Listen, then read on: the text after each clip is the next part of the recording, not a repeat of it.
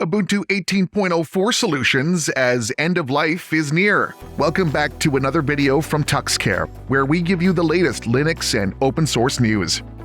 Ubuntu 18.04 LTS, codenamed Bionic Beaver, was launched in April 2018 and was backed by Canonical with software and security updates for 5 years. But while Ubuntu itself received long-term support for 5 years, the other Ubuntu flavors only received 3 years of support, which ended in May of 2021. The latest maintenance update for the Ubuntu 18.04 LTS series was released in August 2020. There will be no further point releases for the Bionic Beaver series after this point, but Ubuntu itself will continue to receive regular updates. An operating system reaches the end-of-life stage when the software vendor stops releasing patches for updates and vulnerabilities found in the operating system. The end of life for Ubuntu occurs in 2 phases.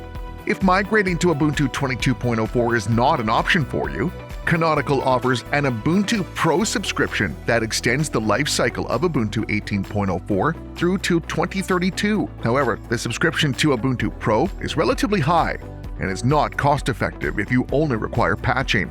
You may want to consider using TuxCare's extended lifecycle support for Ubuntu 18.04, which offers an affordable option to obtain vendor-grade security patches for up to 5 extra years.